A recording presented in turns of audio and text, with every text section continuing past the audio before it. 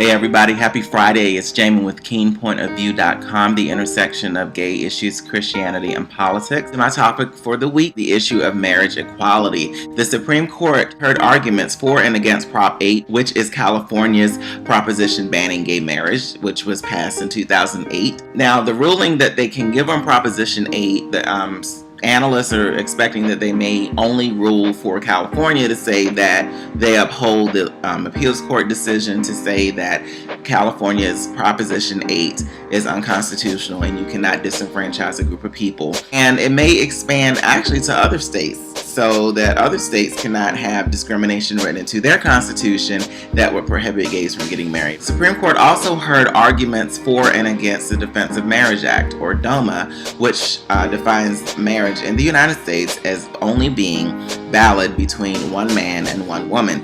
Now, this may actually be struck down because the plaintiff in the case is suing the government for $363,000 in taxes that she had to pay to the IRS. Her partner, to whom she was legally married, died and left her apparently enough of an estate to pay $363,000. So if the Supreme Court rules in her favor, she could get that money back from the government, and the Defense of Marriage Act could potentially be struck down. Some of y'all confused over why gays want marriage. Why does it have to be called marriage? Just call it something else. Well, this has nothing to do with religion or God. And there's over 1,100 rights being associated with being married at the federal level, which states do not grant. And if you give them a civil union, you kind of run the risk of creating a second-class citizen at the federal level. So the Supreme Court could come up and say that because civil unions create a second-class citizen, which violates the 14th Amendment, this cannot be. So when you have so many rights wrapped up in marriage now, it's beyond just being married to a man married to a woman or a woman married to a man. It goes beyond that now. There's a lot of rights that come along with being married. Actually, let me just tell you two stories. First, Greg and Tammy. Greg and Tammy met one weekend in Vegas and got married on a dare. Went back to their separate homes and tried to date for about a month, but it fell apart. And they didn't really get into it. However, they never got divorced, and Greg died. And he was pretty well off, but he didn't leave a will. So Tammy, being his wife, she got a lot of his vast estate that he left behind. And let me tell you the story. Susan and Lillian, they met while on vacation in Florida in 1982. They dated long distance for 2 years and alternating weekends to visit each other, and they decided to move in together in 1984. They stayed together in Nevada from 1984 to 2009 when Lillian died. Because they never got a will together for Lillian before she got ill, Susan couldn't have power of attorney over Lillian, nor could she visit Lillian when she was dying in the hospital. So Lillian's family, by default, got everything that Lillian had. And they didn't give anything to Susan, although they felt she was a nice person. Which story shows a flaw in the law of the land?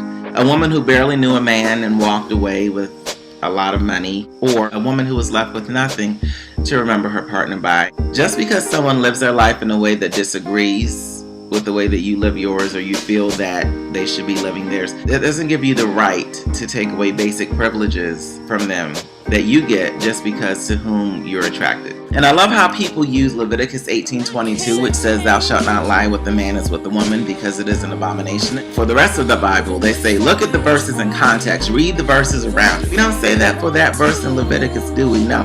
But if you look at the verse in context, you'll also see verses which call for the execution of people who are not virgins when they got married, preventing you from wearing clothing that has mixed fabrics, and it prevents you from touching a woman who has a period because she was unclean.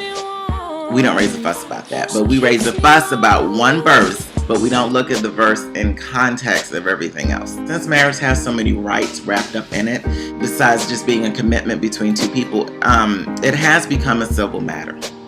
And if you don't believe me, where do you get your marriage license?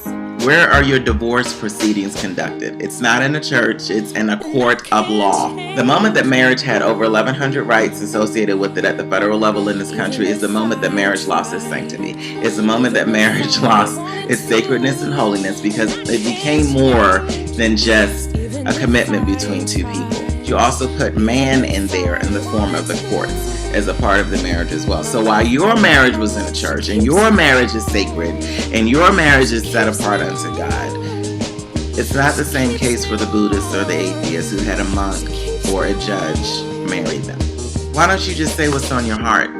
You find the idea of two men potentially having butt sex to be so reprehensible and repulsive that you don't want to condone them doing it legally. Once again, this is Jamin with Keene Point of View, the intersection of gay issues, politics, and Christianity. Go ahead and check out the blog this week at KeenePointOfView.com. I blogged about the gay marriage issue before the Supreme Court, and I also blogged about being a good steward of the earth that God gave us based on a devotion I did this week. So go ahead and check it out. Happy Friday, happy Good Friday, and go ahead and have a wonderful Easter weekend. Happy Resurrection Day on Sunday, Jesus, and everyone else, take care.